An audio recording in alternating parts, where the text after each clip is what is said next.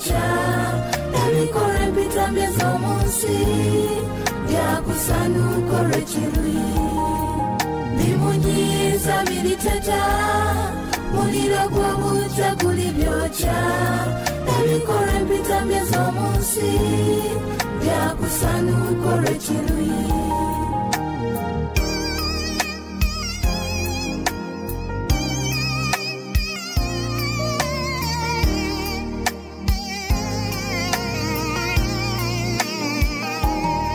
Babuloni chagwada banji bali muli batudde kanisa n'ensi toyawula bakola mikago kwenyweza bimunyiiza biriteta muliro gw'obujja guli byokya ebikola empitambye z'omunsi byakusanuka olw'ekiruyi ne malayika omulala owokusatu n'agoberera ng'ayogera n'eddoboozi ddene nti omuntu yenna bw'asinza ensolo n'ekifaananyi kyayo era bw'akkiriza akabonero k'ensolo ku kyenyi kye oba ku mukono gwe oyo naye alinywa ku mwenge gw'obusungu bwa Katonda ogufukibwa obutatabulwamu mazzi mu kikompe eky'obusungu bwe era alibonyaabonyezebwa mu muliro n'ekibiriiti mu maaso ga malayika abatukuvu ne mu maaso g'omwana gw'endiga n'omukogo ogw'okubonyaabonyezebwa kwabwe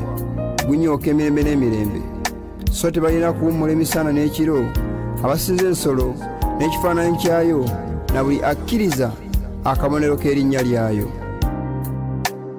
awo we wali okugumiikiriza kw'abatukuvu abakwata ebiragiro bya Katonda n'okukkiriza kwa Yesu bimunyiiza biriteta muliro gw'obujja guli byokya ebikola empitambye z'omunsi byakusanuka olw'ekiruyi kifaananyi ky'ensolo kyalagulwa timubi n'ebiro kirikolwa bubonero obwo bulabise naye labangi baganye kale munnindirire bw'ayogera Mukama okutuusa ku lunaku lwe ndigolokoka okukwata omuyiggo kubanga maliridde okukuŋŋaanya amawanga ndeete obwakabaka okubafukako okunyiga kwange ekiruyi kyange kyonna kubanga ensi zonna omuliro gw'obujja bwange gulizirya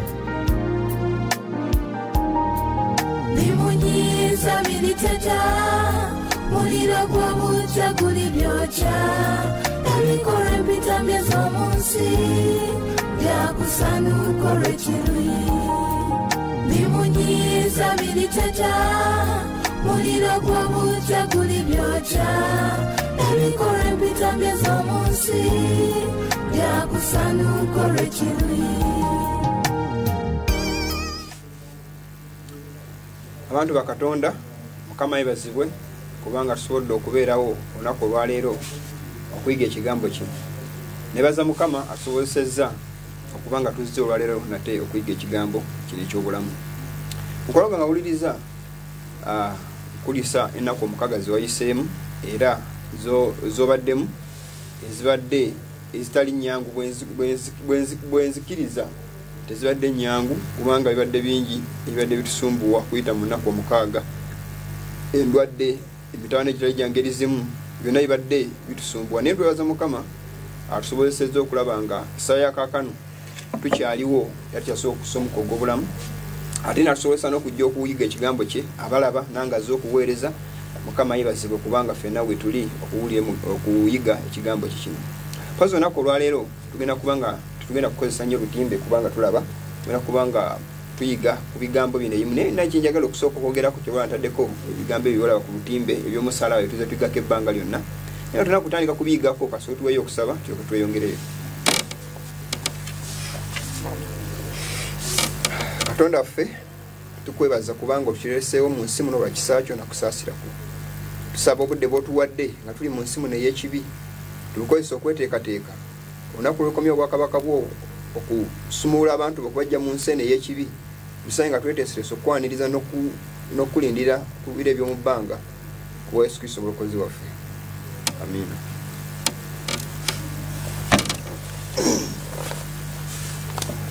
mukwano gwange awuliriza era alaba programu eno mwana wa Katonda ayagala ekigambo eky'amazima Mukama akuwa omukisa.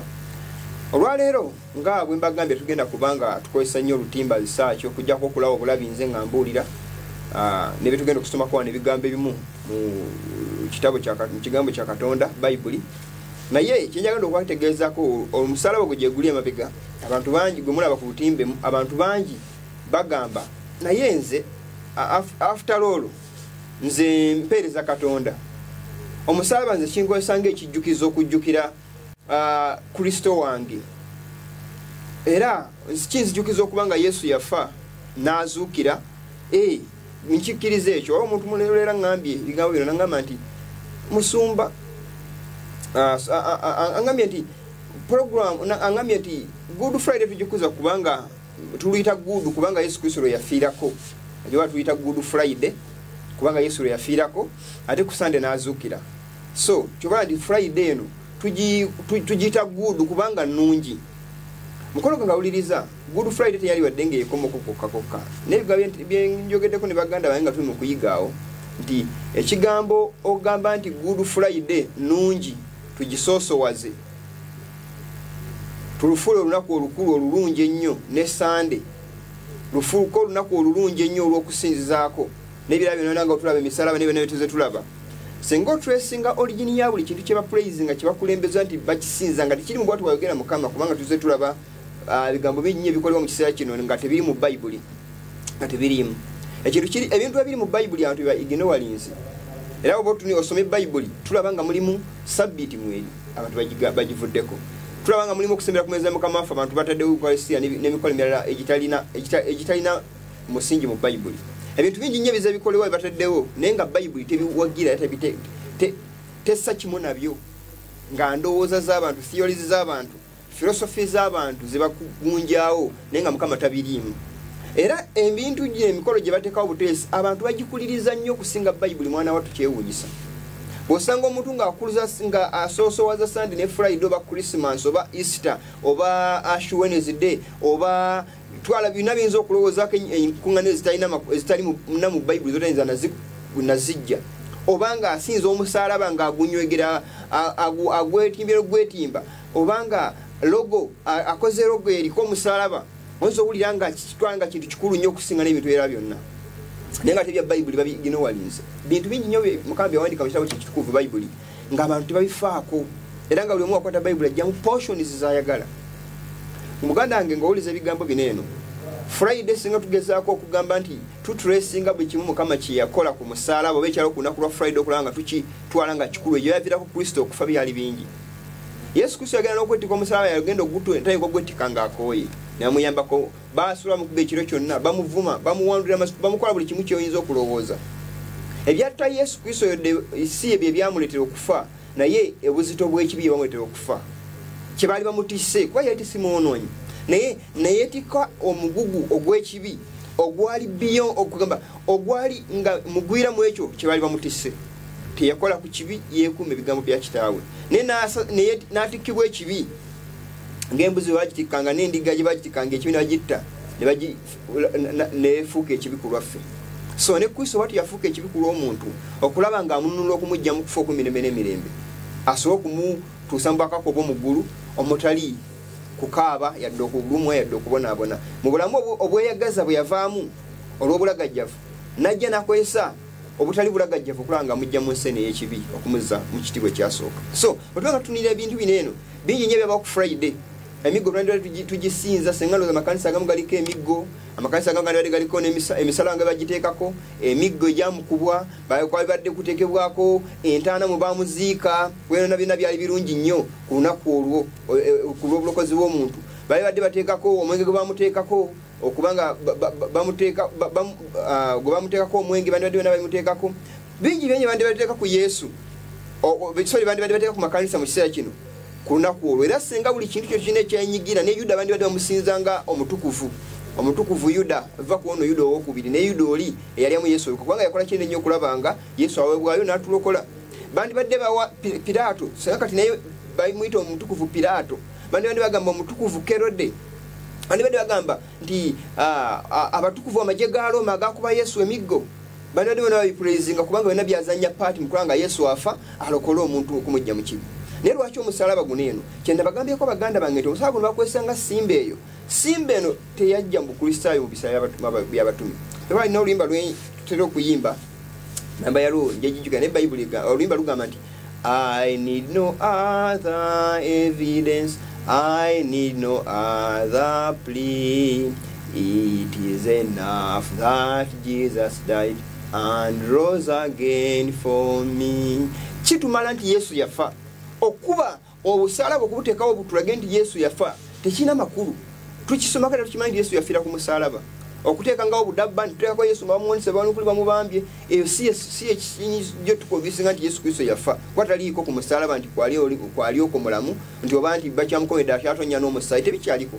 So bino ebintu bukatuliki oba bukafiiri nga buli mu nzikiriza bwe bubireese okulanga bibiteeka ku stage oba ku scene okulaba nga bipraising babikozesa bitwaliwa maaso okukomya obusamize buli okulanga babusitula buto mukimanye mu kiseera kino baganda ekamba buleka ekigambo kino standard kyakola mycology yakolanga mu biseera biri okulaba nga abantu basamira abusamize kali bwalinga ng'otambula ku byalo osanga amasaba nga bagakubi wegali awo mangi ng'ova ku nnyumba eno waliwo osaba oli alina esaba nga abantu basamize openly naye kali mu kiseera kino okulanga obusamize kiswaza kali abakazi omusanvu bali mu Isaya bayogerako essula ey'okuna bananso okukola ekintu kino bakoze eki beekutte ku Yesu naye nga kyebakola kiri kimu bakozesa obusamize bwabwe naye nga beeyita Yesu bakozesa linnya lirimu Yesu omusajja oyo ayogerako mu kitabo kya Isaya 7 women all churches beekutte ku Yesu naye bagamba leka tulye emmere yaffe leka twambale ebyambalo byaffe leka tuwulire enjiri yaffe naye tuyitibwa abakristaayo tujjeko ekivume kyokola nti buli omu osanga ono agamba nti oli mukyamu ono agamba nti okubatiza kutuufu olagamba si kutuufu oli agamba nti simanyi Yesu mwana wa Katonda mulagamba si mwana wa Katonda omulala agamba nti Yesu Katonda mulagamba si Katonda naye bona beekuŋŋanyizaamu bakoze ekibiina kimu ekibagatta bagamba nti tujjewo ebitwawula tugende n'ebitufaanaganya naye nga bayibuli etulambika etuluŋŋamya weeri kyewuunyisa naye nga ebigenda mu maaso okulaga nga wuliriza programu eniragiraba. So tulina okwegendereza enkwe z'omulabe Setaani zaleese mu kusinza teweewuunya lwaki Katonda nga ajja mu nsi muno abantu be agenda kujjamu abantu batono nnyo abeesigwa lwaki si kuba Katonda bw'ayagala naye majority baagala nnyo ebisanyusa emitima gyabwe ebisanyusa kugamba obulamu bwabwe bye baagala okutambulirako amazima agataliiko yadde okubuzaabuza agali plain abantu tebagagala bagala bulimba era senga omuntu ojjanga omulimba naye ng'omumatiza bulungi nga omusuubiza birungi bere naye ng'omulimba asanyuka n'okusanyuka amazima tayagala gawuliriza.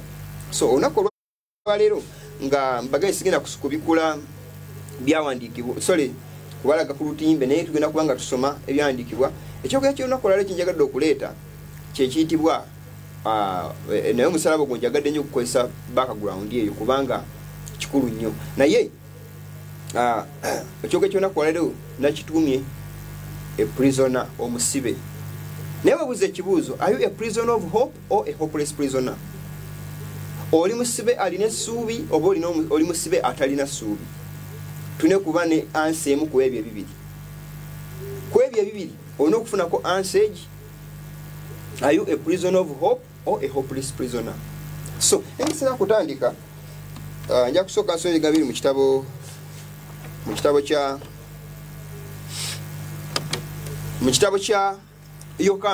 nja kusoma Isaaya 6:2 Bayibuli egamba to this man will I look omusajja ono Bayibuli egamba nti eri omuntu ono gwe nditunulira even to him that is poor oyo omwavu and of a contrite heart era omutima oguboneredde a contrite spirit omwoyo oguboneredde and trembleth at my word oyo akankanira ekigambo kyange.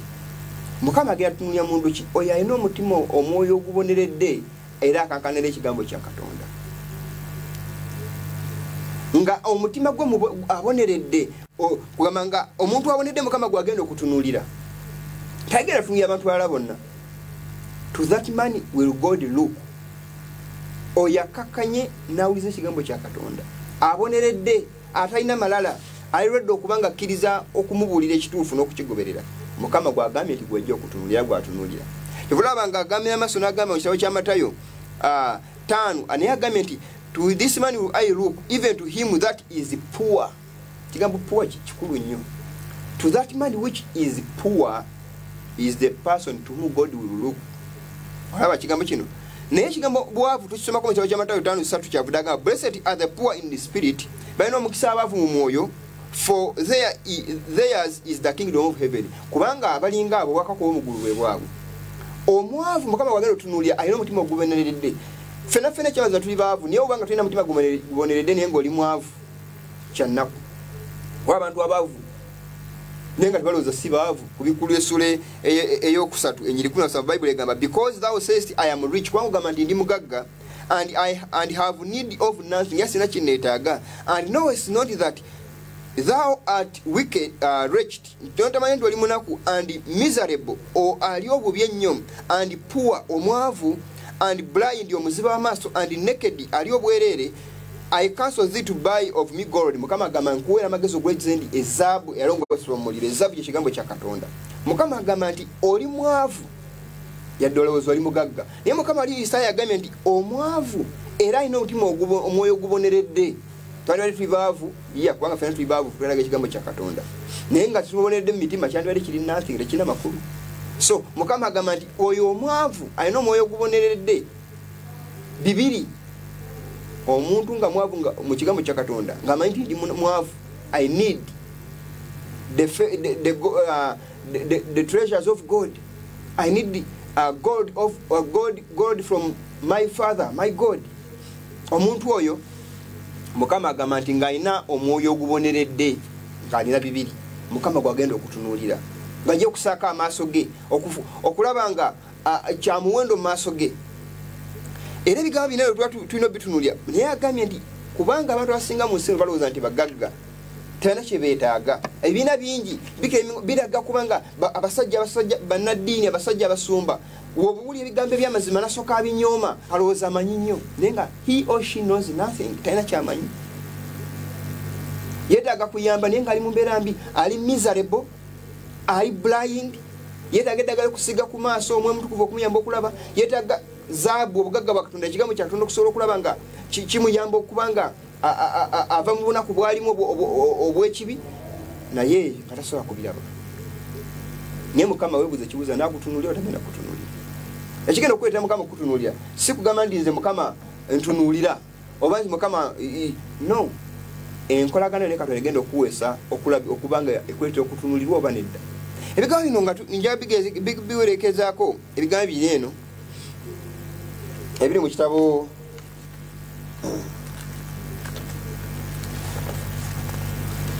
mbagambye tugenda yiga ku prisoner of hope, omusibe ow'essuubi oba talina ssuubi. Prisoner mu bufunze tugenda okuyigako.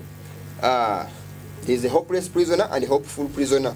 Naye Yobu agamba bw'ati, kambuleka ekigambo kino nga sinagenda mu maaso. Omuntu Katonda bwe yayonoona, omuntu bwe yayonoona Adamu, Katonda yakola enteekateeka okumulokola okumujja mu kufa. Naye bwe twamala okukola omusango okuyita mu jjajjaffe Adamu, ffenna twafuuka ba subject ery'ekibi, ate ffenna twalasuubira omukomera mu nsi muno ey'ekibi okubanga tulangirwa omusango ogwo ogwa jjajjaffe. Naffe ffe nnyini tubalira omusango kubanga twazaalibwa mu kibi ne mukuwona nnyaffe mwe yatuzaalira. So mu bulamu buno bwe tutambulamu obw'ekibi, omuntu natuuka n'okwagala okulaba ng'awangala nakyusa omusanyi naye nga tebisoboka. Omuntu nabeera nga ne bwakola kitasobola kuwangala myaka gisuuka Mukama gye yatuwa, lyo lyekkomera. Ne bw'osimatuka akabenje, omutemu ajja n'akuzikiriza. Ne bw'osimatuka endwadde, ogwa kabenje. Bw'otasimatuka kabenje, bw'otagwa kabenje, endwadde zikutwala. So omuntu ali mu nsi muno naye nga tamanyi kikiddako. Ensi mwe tuli mu kkomera twasibibwa.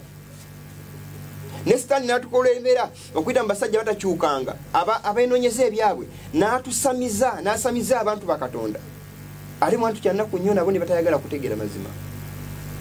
Obusamize bungi buli mu bukristaayo kaakano, naye ng'ekkomera eno etutuddemu abantu okubanga tebaagala kunoonya Katonda. Nakuba na mitima giboneredde mu Isaaya 6:6 bw'atugambye, nakuba nga baavu naye nga banoonya okutegeera amazima ga Katonda. Y'ensonga lwaki bali mu kkomera lino. Some are here without hope and others are here with hope. Abantu abasinga bali mu nsi muno nga balina essuubi ate balanga tebalina ssuubi. though we are all prisoners. Fena tuli basibe. Mukama yagenda okutujja mu busibe ng'akomye mumundi ogwokubiri. Bwe tusoma ebigambo mu kitabo kya Yobu 3:18 agamba, there the prisoners rest together, nti eyo abasibe bawummula bonna. They hear not the voice of the oppressor. Tebawulira ddoboozi lyoyo abajeeza. Mwatu mukano ganga awuliriza Sitaani ye mujeeza ayogerwako wano. Sitaani wamala okulaba nga we yasuula ensi, yafuba okulaba nga addira ensi okulaba nga agifuula ekintu ng'agira okufuula ensi ekintu ekitagasa. Ensi n'agigwagwaza n'agyonoona. Ebikola bigenda maaso mu nsi asanyuka okulaba nga ensi agifudde bweti nga bweri. Naye Mukama yatonda ensi mu butuukirivu esobole okutuulwamu. Yatonda ensi okulaba nga ebeera essanyu eri omuntu agibeeramu. Naye mu kiseera kino omuntu newabanenyo essanyu alinoonya mu bubi. Ne batufuna essanyu liba lya buyinike mu nsi muno mutuli. Naye Mukama mu nsi muno yatuwa ekituwummuza kiri kimu, ekyo yekuulya etteeka lya Katonda. Yesu bwe yajja mu nsi yagamba nti sinze kuleeta mirembe naye ndeese kitala. N'agamba nti sireese mirembe mu nsi, nzize kubaawula kitala ekigambo kya Katonda. Nzize kuwawula mwana ne nnyina. Ayagala kitaawo okusinga nze tansaanira. Sireese mirembe mu nsi. Size kubawa mirembe mu nsi muno. Emirembe gyayogerako size akubamatiza, kikola nti abasajja bano Yesu Kristo yabagamba ebigambo bino. Baali baagala okuba nga bafuga bajja kuloma obukulembeze badde mbabutwali, badde bafuga omulundi ogwokubiri Isirayiri. Mukama n'agamba nti temwoza nti nze kuleeta mirembe nedda ndeese kitala. Temwoza nti nzize kuwa abantu bakatonda mirembe gyansi eno gyali ayogerako okulaba nga bafuga ensi eno okugitambuliramu. Kyokka bali nga ddayo yagamba nti emirembe mbawa so singa ensi bwegaba. Sinti abantu batatwalina mirembe, no. We have peace.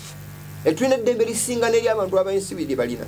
Tulina eddembe lisinga n'abantu abalowooza nti balina emirembe egy'omunsi muno. Omuntu akedde ku makya n'agamba nti sirina gagenda kusinza, sirina gakuŋŋaana gakuuma sabbiiti, njagala kwetaaya. Alowooza nti afuna ddembe naye ng'ali mu buyinike bwereere. Omuntu atuuka ku levo n'alowooza nti okuwakanya ekigambo kya Katonda gye mirembe gy'atambuliramu. N'ayenda, n'abba, n'asinza ebifaananyi, oba n'akola n'okulya ebisiyaga, n'akola byonna byakola. Naye ku nkomerero ya byonna genda okulaba nga nnaku gy'ajjamu ebyo byonna byabadde atambuliramu. Nga temuli mirembe. Kubonaabona na kukaaba. Buyinike bwereere nga bw'atambuliramu.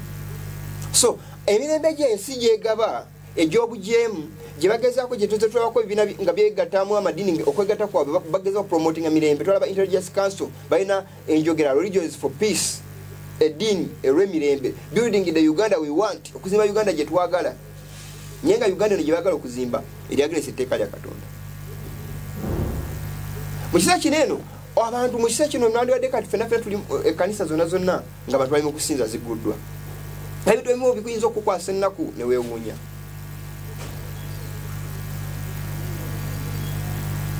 Okukuŋŋaana kw'abakristaayo oba kw'abantu nga bali mu kkanisa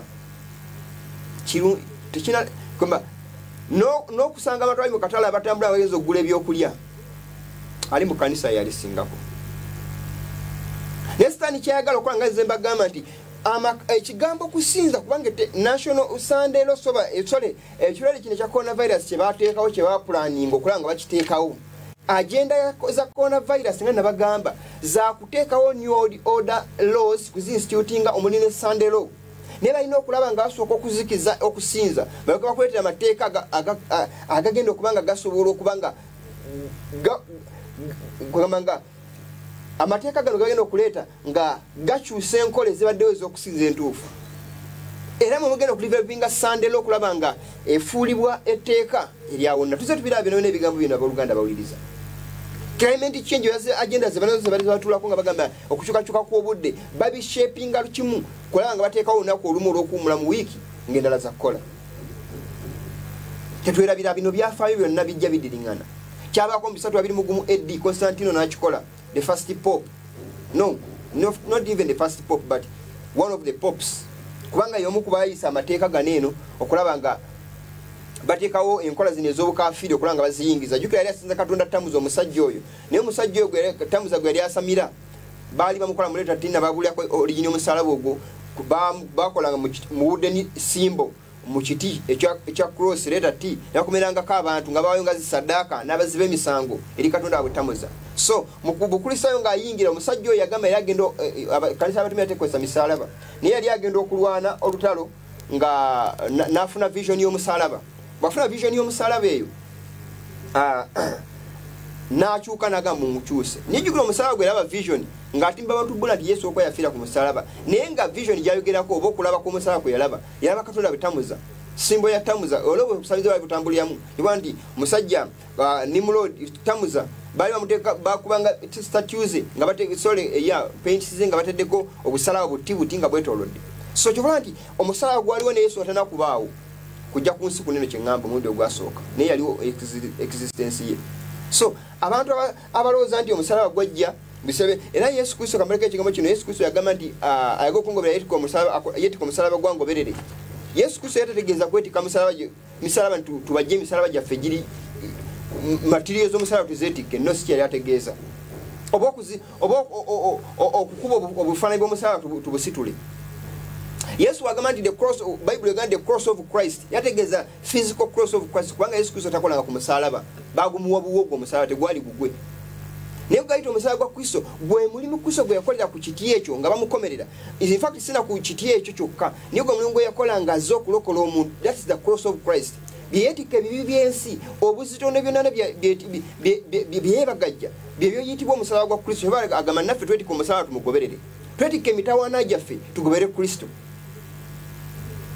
tweganyise burdens tutunire Kristo era gwe tuba tugoberera so nga tuli mu nsi eno gye tulimu ey'ekibi ekkomera lino mwe twasibibwa ekkomera lino lye tulimu tetugenda divaamu only through obedience okujjako mubuulize obedience yokagenda tujja mu nsi eno ey'ekibi abanaagana okubeera obedient Mukama tagenda kukaayana n'abantu ajja fundikira byonna ajja kugala oluggi lw'ekisa ebyo byonna bikobere eternally past aleete obusungu ku nsi agizikirize ng'abazze bawulira audio za buli ku makya ku WhatsApp zenze mba sharingira nga tulaba emyaka 10 tulaba emyaka 10 nga gitandika Mukama agenda kutandika nga tumaze okulaba obubonero buno obwajja bwaawo bwakubikwesula 16 tulaba nga Yesu Kristo agenda kujja mu kitiibwa kya malayika bamuwerekere okwekisyutinga emisango gye eri abo batatya Katonda abantu abatuukirivu bazuukire abatwale mu ggulu Isaya bogerako konkaga mukaga kutwala bomu kuba balevi ne bakabona kubikula sura ya 20 yogera ku myaka ejo 10 yajogerako abamu bagenda kutwala kubanga bakabona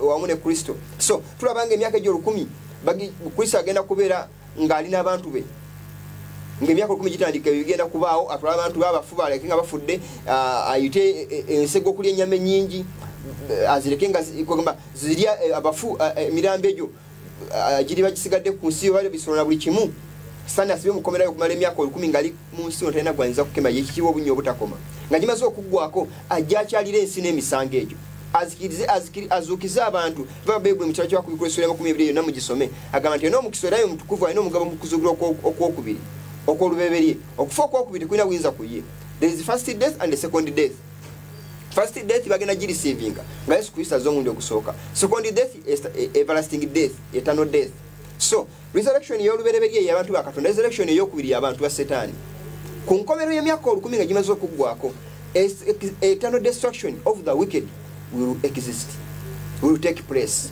so Mukama atukowola mu kiseera kino ng'obudde bukyaliwo you are a prisoner I am a prisoner but we must be obedient in our prison house so that when Jesus comes he might find us ready for the eternal life and his new heaven made new and a new earth so agenda masona agamba mu kitabo kya Zabbuli nkaga mu mwendo onyi wasatu musalumba nvudde ku bintu ebyo bingi njogera ebireetedde omukwisa ebitaalimu naye katugende mu maaso n'ekigambo kya Bible egenda maaso n'egamba for the Lord heareth the poor and despises not his prisoners Mukama awulira abaavu baliyo twogeddeko mu kitabo kya Isaya nkaga mukaaga nti aliwo oyo Mukama gw'ayitunulira yoyo omwavu alina omwoyo oguboneredde naye Mukama agambye omwavu alina omwoyo oguboneredde Mukama agamba for the Lord heareth the poor Mukama awulira abaavu and despiseth not his prisoners atanyoma basibebe those prisoners who call upon Jesus who call upon Christ he heareth them he despiseth not them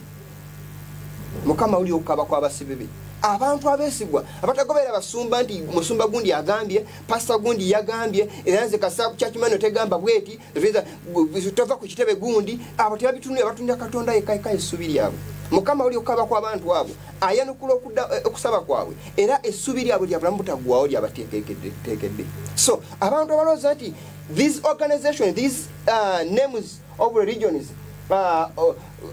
ebitebe by'amadini tibigenda okubatwala mu ggulu. Don't deceive yourselves. Katonda akyawa obujjemu n'obukafi mujjukire Mukama nga Yerusalemu kigenda kuzikirizibwa. Mukama yagamba omukyala ku luzzi nga tunalina kutuuka eyo. Omukyala amusongera ku Yerusalemu nga yewali olusozi owokusinziza oba ekkuŋŋaaniro. Yesu Kristo n'agamba omukyala nti ekiseera kijjira kituuse. Abasinza Mukama tagenda musinza ku lusozi luno nga amusongera ku Yerusalemu. Naye bagenda musinza mwoyo n'emazima. Tulaba ebigambo nga Mukama bigamba abaana ba Isirayiri mu kitabo kya Matayo essula ya 24 ng'alabula abayigirizwa nti nga bagamba ebigambo bino nga bagamba nti bw'omulaba ekyomuzizo nga kimidde atukufu asoma mwategeere ali mu Buyudaaya taddanga kunona byambalo bye mu nnyumba ye oba mu kibuga. Ali ku nyumba gutakkanga adduke buddusi. Ali mu nnimiro taddanga nga badde alima yenna entuyo zimuyiseemu taddanga mu nnyumba kukyusa byambalo bye nti alyoka agende. Mukama yalaga immediate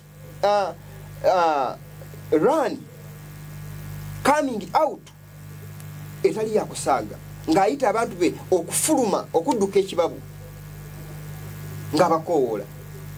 So Mukama mu kiseera kye ekingi akoowodde abantu okufuluma mu bibiina ebivudde ku mazima.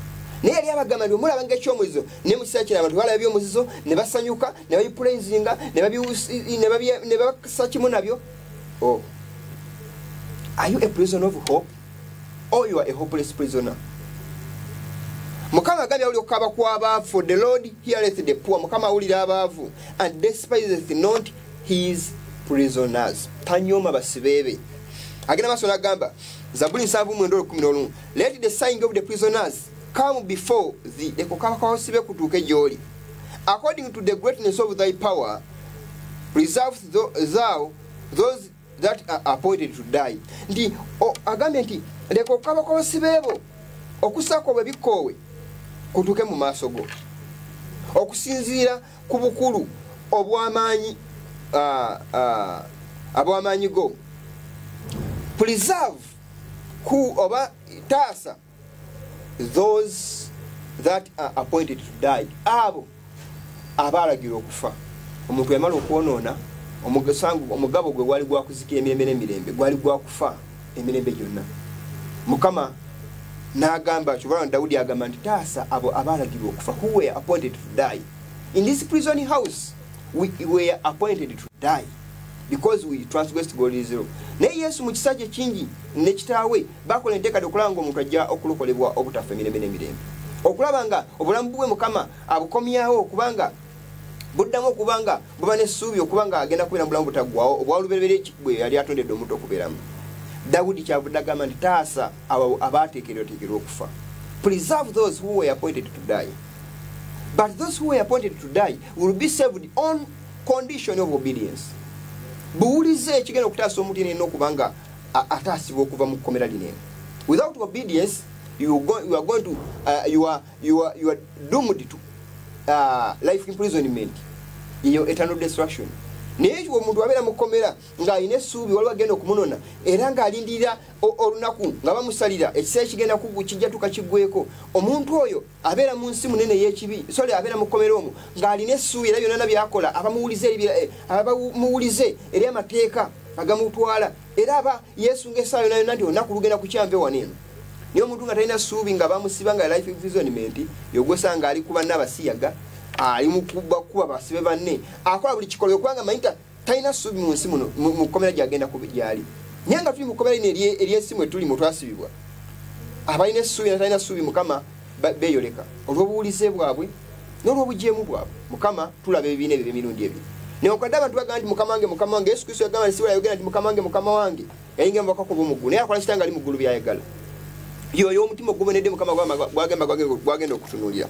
Zabuli 12 olwabiri Bayibuli egamba to hear the groaning of the prisoners, the prisoner ndio okuwulira okukaba kw'abasibe, to lose those that appointed to death, nti okusumulula abo abaateekerwateekerwa okufa.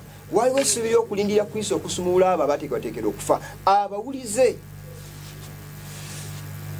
tujukire Kristo agenda kujja okusanga ebibiina ebibiri etwerabira. 16 Zabuli agenda maaso n'agamba which executeth judgment for the oppressed. Mukama yasala emisango eri abo abanyigirizibwa. Which giveth food to the hungry. Awa emmere eri abo abasibe abayala. the Lord loses the prisoner. Mukama asumulula abasibe. Wa prison obusibe bwa mirundi ebiri. Alo busibe buneno tugenda sumulula mirundi ebiri. Mukama so kusumulula okujja maanyi agekola ekibi agobubi. Eyo busibe obusooka. Obwokubiri olindira obusibe mu kwisonga akusumulula okujja mu nsene y'ekibi mu kufoko okutubeeramu n'okubonaabona okuwa obulamu butagwawo. Yakusibe obumirundi ebiri Mukama yawatusumululamu. Naye obusibe bunene obw'emirundi ebiri Mukama agambye nti Mukama asala emisango asala omusango oba atwewalwa maaso omusango eri abo aba oppressing wabajezebwa awa emmere ekigambo kya Katonda the food niyo nza nchiteka ku mmere eyabujjo to the hungry eri abo abayala. Bible kyeblega bali Matayo 5 nti bayisimi abali mu njala n'ennyonto olw'obutuukirivu bali kusibwa Mukama ajja bakusa. So Mukama awa emmere abo abayala. The Lord loses the prisoner. Mukama asumulula abasibe.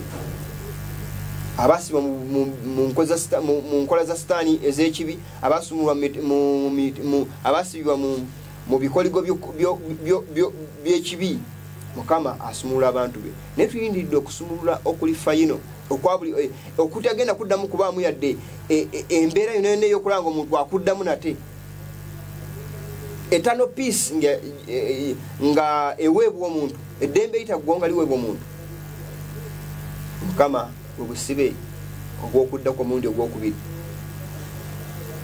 Bible egenda maaso nga bigambo binene. Isaya 10 olunyiri okuna Bible egamba what without me they shall bow down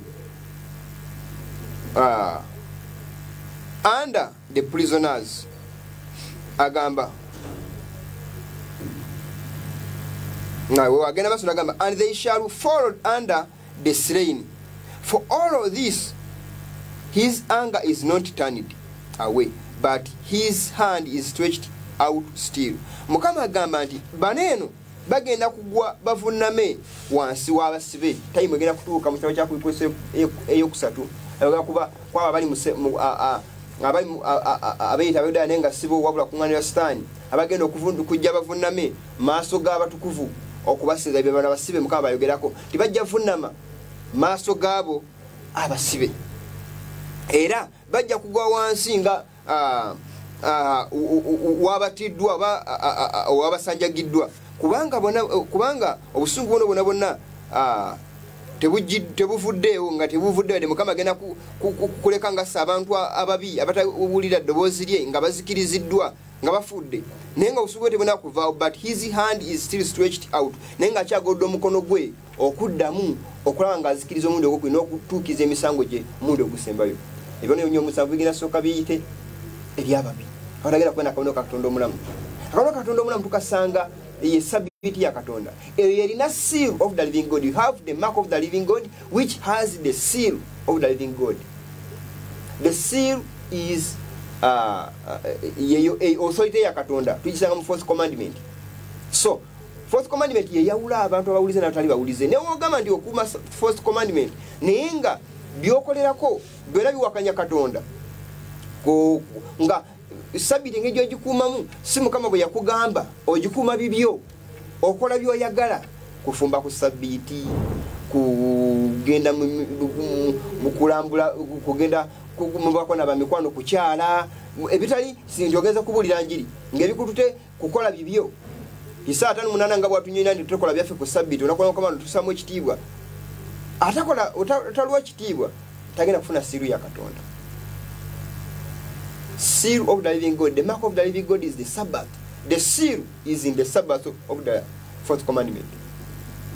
So, etteeka lya Katonda ebiragiro ebyo 10 byonna byapulayinga ku siiru ya Katonda. Si ku maka ya Katonda, mark of the living God. Naye siiru eyo tugisanga mu kyegiro ekyokuna mwesangibwa. That's why Sabbath yankizo nnyo ku biragiro byonna ebiragiro 10 nkodde byonna bikulu. Kwange twagala Katonda kutulina okusinza eyakola eggulu n'ensi n'ennyanja ne byonna ebirimu. Mukama agenda maaso n'agamba 14 Yesaya olunyiri 17 gyabudde agamba that made the world to as a wilderness tisitani yakuleeta ensi okubeera ng'eddungu and destroyed the cities thereof n'azikiriza ebibuga byamu ebigirimu amakulu n'ayonoona ensi n'agifuula ekitagasa. That opened not the house of his prisoner ataggula nyumba ey'abasibe. So nga tuli mu nsi muno ey'ekibi, Sitaani tali lwedde kusumulula nse, kutusumula kutujja mu nsi ey'ekibi. Tali lwedde. Era ali ever ready okulaba nga omuntu abeera mu nsi muno ne bw'onoomuweereza, ne bw'onoomusinza, ne bw'osamira n'okola byonna byayagala, tali kwagala.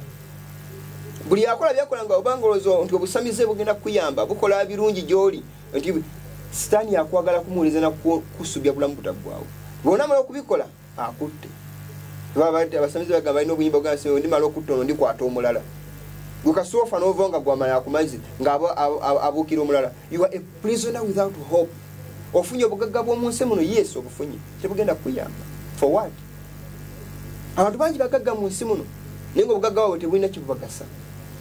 Bali mu nsi awatali ssuubi, balina obugagga obutalina yadde makulu, bagenda kufa babulekewo. Naye nga Mukama ateeseteese obugagga obutaggwaawo. Bw'olina okubeeramu bwe yali akutondedde okubeeramu before ng'ekisi tenaba kwonooneka, okubeeramu mu mirembe era mu ssanyu. Obwo Mukama yagala kubutuzza, nti bagamba tuteekeko obugagga bwaffe mu nsi ey'omu ggulu, era tuuka nnyenje n'ababbi gye batasimira. So kyebala ebigambo bino ntera okubyagamba nti alina obusobozi, wagira omulimu gwa Katonda, guteekemu ensimbi zo, gugabirire. Bw'ogabira omulimu gwa Katonda togenda kufuna mu nsi eno neva ekyo siri kikulimba nti siga ensigo, musimanyi nti ozimbe ennyumba, simanyi siga ensigo olinnye ennyonyi ogende matala wamanga, ebyo bya bufere. Ekituufu kiri nti okuwagira omulimu gwa Katonda okulaba nga ogenda mu maaso okuba nga gutambula, kikuyamba kimu oteekateeka bulamu obutaggwaawo, weetegekera ensibo mu bwakabaka obw'omu ggulu, obugagga bwo gye buli, n'ebbanka zetuteeka abantu balina obugumbi mu bbanka, buterese buli eyo, tebulina kye bukola. Bagagga bagamba alina sente ku akawunti esalina bizibu ziri awo, alina akawumbi obuwumbi nga 2 kawumbi miliyoni 5 ziri awo ku akawunti, zirinze jasi ebiyinza okuwa nga tebiraze. Gamba ziri awo sibye bizibu bye, zo ziri awo for reserve. Naye nga tasobola kuweereza Mukama bugagga bwa nsi eno, Sitaani saawa yonna obulamu bwo abugjawo, kubanga ye musi. Nye olunaku olw'enkomerero Mukama agenda togenda kuzuukira nga akubuuza bugagga bw'alina mu nsi bitiibwa, agenda kutunula ddala mu mutima muggwe mwalimu empisa ya Kristo mu bulamu bwo. Omulimu gw'okweganyisa n'okubanga oyamba omulimu gwa Katonda gugenda maaso okubuulirwa, n'akatono k'olina okulaba gugenda maaso. Kristo omulimu gwe yakola mu nsi muno nga yeerekereza mu buli kimu okulaba nga omulimu nga abuulira enjiri mu bunaku bwe yalimu mu nsi muno, n'ajja abeera omunaku asembayo, naye nga mu bunaku bwe ayamba abalala. Ajja kubuuza kikwebuuzibwa naye bw'okoze. Yesu waliba nga azuukiza abantu be, kyo kyali babuuza, kyali babatunulamu, kyabayagala. Olina akatono ka Katonda omulamu ku ggwe. That mark is not visible, it is invisible. Katonda yekka yagiraba. Kwe kutereera mu mazima, kwe kubeera nga muggwe obutuukivu bwa Katonda butudde mu mutima gwo, so si obutuukivu bwa Katonda butudde mutima gwo. Nja kusoma ennyingi zino nzimalirize, mbega ebigambo ngenda okubannyonnyolako nga ntera okukumba mu ekyokuyiga kino. Isaaya 42 olw'omusanvu kyabudde agamba, to open the blind eyes, okuzibula amaaso g'abazibe, to bring out the prisoners from the prison, and them that sit in darkness out of the prison house. Nti Mukama Yesu Kristo excuse me, okujja mu nsi muno yajja okuzibula abazibe b'amaaso, okuleeta abatulamu okufulumya abo abasibe okubajja mu nyumba yaabwe y'obusibe n'abagambi busibe bw'ekibi, era n'abatula mu kizikiza okubaleeta okubatula mu kizikiza okubajja mu nyumba ey'obusibe. Ekibi, it is a jail, it is a prison where the prisoners are. Ekibi ekyo abasibe abakozi ab'ekibi mwe batudde abawakanya Katonda.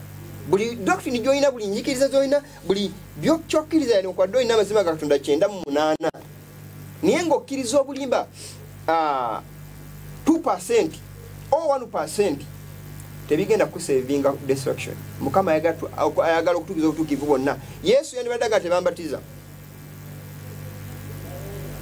teyalikiza kubatizibwa, Matayo 3 nga bw'atugamba. Naye Yokaana agaana okumbatiza, mugamba nti togaana kumbatiza, togaana kikole. kubanga kitugwanira okutuukiriza obutuukirivu bwonna n'alyoka mubatiza. Yesu kyabaza yali mutuukirivu nga teyeetaaga kubatizibwa kuba yali asaanidde, yali hole, terina kibi yate yakikola, naye atuuka n'agamba togaana kumbatiza, kola bwotyo kubanga kitugwanira okutuukiriza obutuukirivu bwonna. Katonda ayagala byonna nga birina okubeera. Obutuukirivu bwa Katonda tulina okubukola nga bwe yatusuubiza. Akola ebyobutuukirivu ye mutuukirivu. Obutuukirivu tubukola nga tuli bawuliza ekigambo kya Katonda. So ekyandiko kiri mu Zekaliya 9:1 mu Bayibuli egamba, as for thee also, nga kugwera by the blood of thy covenant, olw'omusaayi ogw'endagaano yo, I have sent forth thy prisoners, nzigyemu abasibe bo out of the pit wherein is no water. Abasibe bo mbazigyemu mu kinnya omutali mazzi. Turn you to the stronghold, ye prisoners of hope. Mukyukire ekigo ekyamanyi abasibe abalina essuubi. Yoga kyegomama go kyoga kinawadde kino lwaki nakise abasibe. But are you a prisoner of hope or a hopeless prisoner? Bible egambye nti mukyukire ekigo nti olw'omusaayi gw'endagaano yo nti nzigyemu abasibe bo mu kinnya omutali mazzi. Mujukire Yesu Kristo, Bible yatugamba mu kitabo kyakubikulira tulaba mu sura 20 tulaba nga Mukama asuubiza abantu be. Sole mu sura 22 21 tulaba essula zonna nga mu bigambo ebiwumbawumba ebyafaayo by'ensi eno. Naye tugenda okulaba nga Mukama atugamba nti mu kibuga kya Katonda ekiri mulimu omugga ogw'ensula ez'amazzi ag'obulamu. Mu kibuga Yerusalemu mulimu omugga ogw'amazzi ag'obulamu. So mu nsi muneno mutuli tuli mu nsi etali mu mazzi, omutali bulamu. So omugga guno ogw'obulamu gwegera okuwa abantu obulamu. Yesu Bible kyevudde gamba nti Mukama ajja abasibe be mu kinnya omutali mazzi. Abajjamu ate mututwale mu kinnya musole mu nsi omuli mazzi, amazzi ag'okunywa, amazzi amalungi, obulamu butaggwaawo. So nga tumanyi Sitaani agenda kuleka mu bunnya obutakoma yensi eno kutuli. Naye n'ensi Bible giyita ekinnya ne wano mu Zekaliya buyise. Abantu balaba nti Sitaani bagenda musula mu kinnyanga tekikoma aka nedda si Muganda nga bwekitibwe kiri. Sitaani agenda kubeera mu kinnya okumala emyaka 10 bottomless pit. Amakulu nti ng'ali mu nsi tasobola kuvaamu kye kiyitibwa bottomless. Babikkeko baseekula amakulu nti aleme kubanga alina access esobola okuva mu nsi muno. Temuli musana ali omwekakana zibubye naye nga ajja kuba mu nsi muno talina ali ekalonire. So Mukama agamba nti ajja abasibe ba Katonda mu kinnya omutali mazzi. Naga mukyukire ekigo eky'amaanyi mwe abasibe abalina essuubi. Bw'oba oli musibe alina essuubi, kyukira ekigo eky'amaanyi. Kyukira Yesu Kristo ekigo eky'amaanyi. Yewe lisuubiro lyokka. Teriri mu bibiina by'amadiini, teriri mu nyaga amakanisa, teriri mu bitiibwa bye tulina de PhD ze tulina oba abantu ze balina abasoma. Ebigambo ebyo kiri mu abantu wamu wokka kiri mu buwulize eri ekigambo kya Katonda. Omuntu omuyambuliza ekibuuzo timusumba ayinza okumenya program kuno kwali alaba oba oliawo naye yambuliza nti musumba ndeta Mukama afuuka atya okuba mukwano gwange mbere nga Katonda mwagala ng'ow'omukwano gyendi ntegeera okuba kibi obwenzi kibi obutemu kibi ye mbitegeera yawe mbiraba mbyewala okubikola naye muntu yageza okumuza kizo kyo nga abireka kubanga biriko nti Mukama gatokola kino ojja kwokyebwa omuliro tokola kino ojja kufa kyekibi kyebiriko ekyo kiriko kimungi tokola kino era nga naye abimanyi nti bino tebirina kukolebwa kubanga ku nkomerero ya byonna ge yeena kwokyebwa muliro nga kyabimanyiko kyokka. So abantu abasinga beera mu Bukristaayo ng'alina obulumi obwo aganaye bwe naabegira Mukama ajja kunjokya n'abeera ku bunkeke ng'asinza Katonda. Tewaba ebibiina ebisingayo bye bakoze abantu baabwe. Enjiri ya bunkenke kubeerawo nga atya n'okukola ekibisi kubanga atya okukikola nga ono bikwata kiboko n'okuba omwana n'omugamba nti mwana gwe tonuunanga sukaali, mwana gwe tukangale ku ssomero omwana atya kiboko ne si kubanga ategedde emyigga egyo gy'omukuba oba ekintu ky'omugambo okuvaako akyeka lwaki baana bangi tukula nabo naddala baana baffe abato n'omukuba n'omugaano okukola obubi ekibobe kibi n'akireka okukikola si kubanga ategedde nti kyenkola kibi oba ategedde obubi obukirimu ne n'alowooza nti we nakikola bajja kukuba kiboko n'akulira awo kikola osanga society kituze tuyigako ebigambo bingi tinosanga society nga omwana alina empisa mu society lwomu amutenda ne kubanga emigo gyamushapinga ne bwamala okuva mu society n'atambula n'agenda gw'osanga ne weewuunya n'ogamba oyo omwana gwe eyali ow'empisa yono bwe nti yavuddemu ekigambo kino yayogera bino ebigambo bw'ati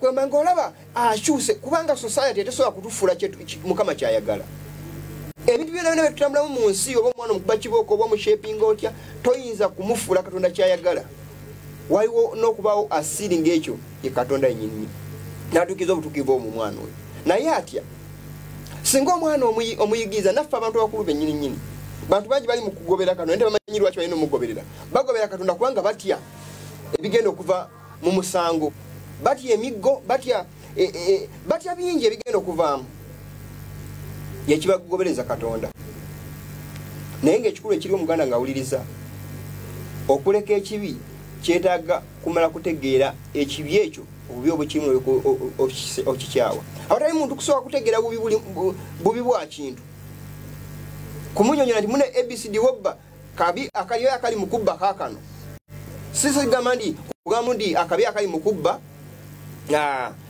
bajja kwokya sikenjogerako tegeera omuntu we yategeere nti lwaki bwenziba nze kinkosa kitya okwagala okwo singa bakikola nze kikize ku nze tisinga mbanga nze kikozi kino munnange nenzi bwakinkola nze nandiwulidde ntya obwenzi omuntu asooka ategeere nti bwe mba ngenza okwenda oba bwe mba nyenda kibi butya bwe mba nkozeemu mukwano gwange omukyala oba omwami gwe nnina bwe nyenda obulumi bwawulya bufaanana omuntu watamala kutegeera kiki payini na buzito obuvamu ekyo ekibi kyakola akireka kubanga atya okumukola obubi naye akireka kubanga ategedde lwaki nina okukireka tuva abantu bangi babeera ku bunkenke n'atandika n'okukola ekibi mu mutima gwe naye nga tasobola kikola fizikale kubanga bajja mulaba naye nga mutima gwe akikolera kiganzi gyali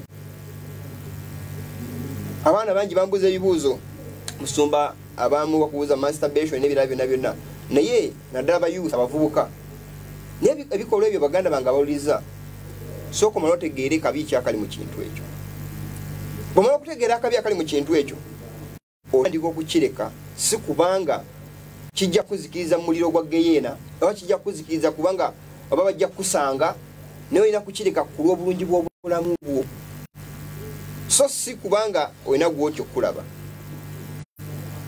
bwomala okutegeera akabi akali mu ekyo kyokola nti kikukosa naawe oyo kotegeera nti katonda yakukola n'akuteeka mu nsi bw'oyino n'omubiri gwe yeekaalu ya katonda ajja kuzikiriza naye oleka omutunuulire ojja kutunulira ekintu ekyo nti mukama ajja kunzikiriza kijja kujja naye omaze kutegeera akabi kali mu kibi kyokola okirike ng'otegedde nti otaasa bulamu bwo namba 1 ekyokubiri waliyo omusango bw'onomala otegeera ebintu bino eby'emirundi ebiri nti kyenkola kino akabi akakirimu kankosa obulamu bwakakano obulamu bugenda okujja ojja okukireka naye nga tolina kutegeera bigambo ebyo nakutegeera akabi kali mu kibi nga tolina kutegeera nti lwaki nina okukuuma sabbiiti ya katonda tolina kutegeera nti okukuuma sabbiiti oweesa mukama kitiibwa nti oba ogulumiza katonda eyakutonda okusinza katonda batakola ggulu nansi nga tolina kutegeera kigambo ekyo tolikuuma sabbiiti ne bali kuyigiriza sabbiiti tolina kukola kino tolina kukola kino ojja kubiyiga nowalinga ojja kulaba nga enomo day ecommon day sorry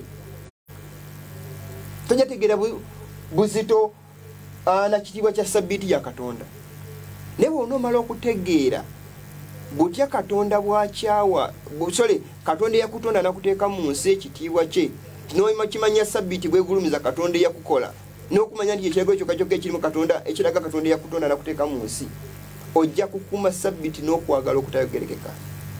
It will never be a burden to you. It will be a blessing. It will not be a curse. Tejja kubeera kikolimo, tejja kubeera mugujoli, ejja kubeera dembe. na mukisa. Peaceful. Ojja kuyayananga n'okukuuma sabbiiti ya Katonda. Ate lyakukase. Oleve ku nfumo zino Easter, Christmas, Sunday, Good Friday, sema misalaba kukozi kujambala, kujipati ku makanisa nga muloze bubonero bulaga nti ndi mu Kristaayo, kujiteka ku bituuti, kujiteka ku magandula, ojja kubirekeraawo kubanga omanyisi yemuli obulokozi. Kristo yemuli obulokozi. Ojja kuyana okola Katonda byayagala kubanga oyagala kumusamisa. Bible ekatwaza ku musingi batume ne bannabbi Yesu ejinjeri okunsonda. Tunira nnyo ebikola by'abatume. Batume Sam. Batume yasooka. Lwaki ebifaananyi n'emisalaba byajja Konstantine amaze kuisuula kanisa ya Katonda ne bapapa banne. Ne bapapa yali nabo. Lwaki byajja luvannyuma ng'ekkanisa imaze kuva ku mulamwa? Why ebitaliwo before? Weebuuza ekibuuzo ekyo. Ofune answer olyoka otegere kino kyenkubuulira. Singa byajja mu bisale by'abatume twalikiriza oboolyawo. Nyeti byatandika ekyama ky'obujja bukimaze okugolokoka nga obwapapa bumaze okwewongamu mu kanisa ya Katonda, okusonyiwa ebibi, okweyita taito za Katonda, okuva ku mazima bazze ku Sande. Lwaki emisala gyonna bijja biyingiriraawo? Lwaki tebyaliwo nga abatume tebanaku bakyaliwo mu nsi? Tebana kufa bakasajja bato mulimu gwe bakola. Tuzuukuke kanisa y'abatume engeri gyetambulamu empisa zaayo, empisa z'ekkanisa y'abaana ba Katonda. Twazima ku musingi abatume ne bannabbi Yesu ejinjiri ekkulu ery'okunsonda. Nga olina information, doctrine eyawukana ku y'abasajja abo gye batambulirako. Oba omusala gwonna nga guzze gwengerako omulala naye nga teguli mu layini ya bigambo by'abasajja bwe bakola n'omulimu gwe bakola nga babula enjiri n'empisa ze beeyisaamu. Obwo enjiri ya Sitaani si ya Bukristaayo. Abantu ba Katonda ekiseera okudduka mu bibiina ebyonoonese. Katonda ajja kubazikiriza. Katonda tasaaga, si muntu nga tusuubira. Tutuulere Katonda kwagala, ale Katonda alina Katonda azikiriza babi. So tunalima notegera ebigambo ebyo nti byonna birina kwagala ate alina obusungu naye okuzikiriza ekibi. Tujja kwesoota nga tukola obutuukirivu. Mukama atuwa omukisa, tugenda kufundikira ekyokuyiga kino eno eddakiika wasigadde ntonotono negenda kuba nga tuwumbawumba olwakadde nti kaweddeyo. Naye mbadde nsaba buli alina obusobozi wagira omulimu guno eno gutekemu ensimbi kubanga gukola mulimu gwa Katonda gwa bannakyewa. Guwagire gugende mu maaso. CD abagala CD munkubire ku simu yabawa CD naye CD eriko obubaka. CD obo yaga CD eriko information yonna ya mitwalo gijja kubeena. Oyagala CD eriko kwa ziri 3 ejja kuba ya mitwalo 2 buli CD eriko obubaka obutagwayo mitwalo 2. Eyo okakabona wono bugwayo mitwalo 4 nja kubanja kwa busofa bwa twakayiga nja kubanga tujitunda sente bwezi tyo. Nsaba Katonda atuwa mukisa gula CD yeso okuyamba okujjukanya obubaka ono wetuza tuyiga ate era n'okubuza ebibuuzo ku bessimu nga tumaze okuva mu studio mu kumpewo oddemu buze ebibuuzo byoyagala tugeremu. Tujja kusinkana ku Tuesday Mukama nga bwali ow'ekisa. Nsaba Katonda abeerewo munaffe. Sijja kulema kwebaza abantu bano, njja bebaza ku Tuesday, sijja bakolako mu kiseera kino naye mbebaza Mukama bawo omukisa abafollowinga program eno abansabidde okusobola kulanga ajja ku program eno. Mukama bawo omukisa. Nebaza management ya TV eno Mukama agiwa omukisa abaddizeewo emirundi mingi mu byonna era eraba omukisa ogw'ekitalo ennyo. Mukama abeewamu naffe tusinkane ku Tuesday olw'ekisa kya Katonda mubeere bulungi. Sure Word of Prophecy Ministry.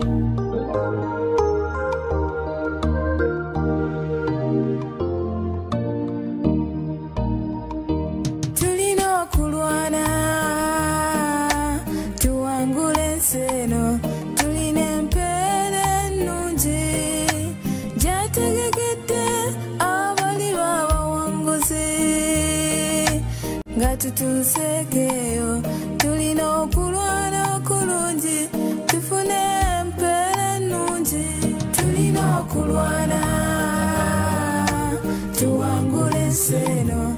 Tulina empeera ennungi gyategekedde abali abawanguzi. Nga tutusekeyo tulina okulwana okulungi tufune empeera ennungi. Wotula otudde olowoozekeyo olowooza mirembe. Okutuukeyo nedda waliwo okufuba sikuseereza lidda. dda mugga tulina okuwangula ensi eno tutuuke mu nsi eyo. Sure Word of Prophecy Ministry.